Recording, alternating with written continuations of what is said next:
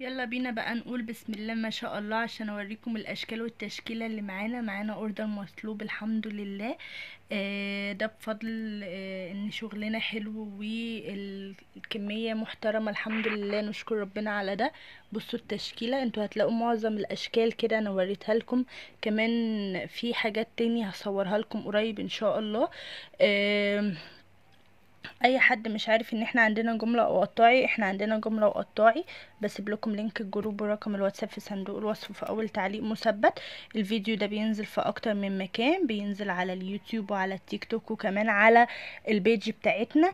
ف يلا كل لسه ما انضمش لينا ينضم بسرعة، ما تنسوش ان احنا عايزين نوصل ل10,000 سبسكرايبر، فيلا حققوا بقى الهدف بتاعنا.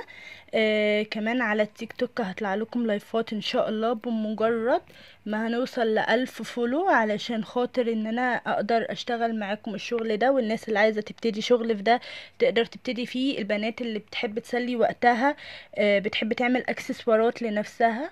احنا كمان مش شغالين ميداليات تليفون بس على فكرة، لا احنا بنعمل حظاظات وحلقان وخواتم وكمان خلاخيل، كل الاكسسوارات. فاحنا هنقدر نعمل دوت لايف ستيب باي ستيب، علشان اللي عايز يعمل حاجة لنفسه يقدر يعملها، اللي عايز يبتدي مشروع يقدر يبتديه. فيلا بقى عايزين نوصل للهدف بتاعنا بسرعة. وقولوا لي رأيكم في الكومنتات، ويا رب تكون الاشكال واضحة لكم. معلش بقى على النعكشة، لان بجد انا ملحقتش ان انا اظبطها لكم، لان هي يا دوبك هتتكيس وهتروح لصاحبها. ادعوا لي بالتوفيق، وان شاء الله اي حد بيبتدي مشروع جديد يتوفق فيه.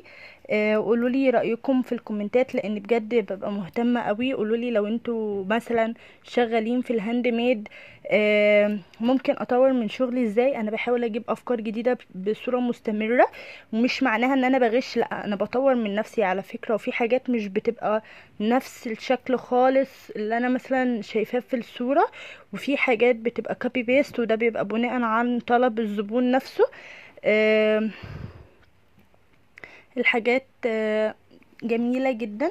ويلا بينا بقى نشجع بعض على الشغل وعلى تحقيق اهدافنا. شجعوني ان احنا نوصل لاكبر عدد من المشتركين.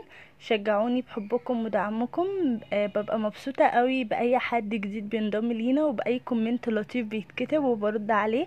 انا عارفة ان احنا لسه في بداياتنا، بس ان شاء الله هنوصل مع بعض وهنحقق كل اهدافنا. ويلا بينا علشان احنا عايزين نوصل للهدف الحقيقي اللي هو جوكا ستور.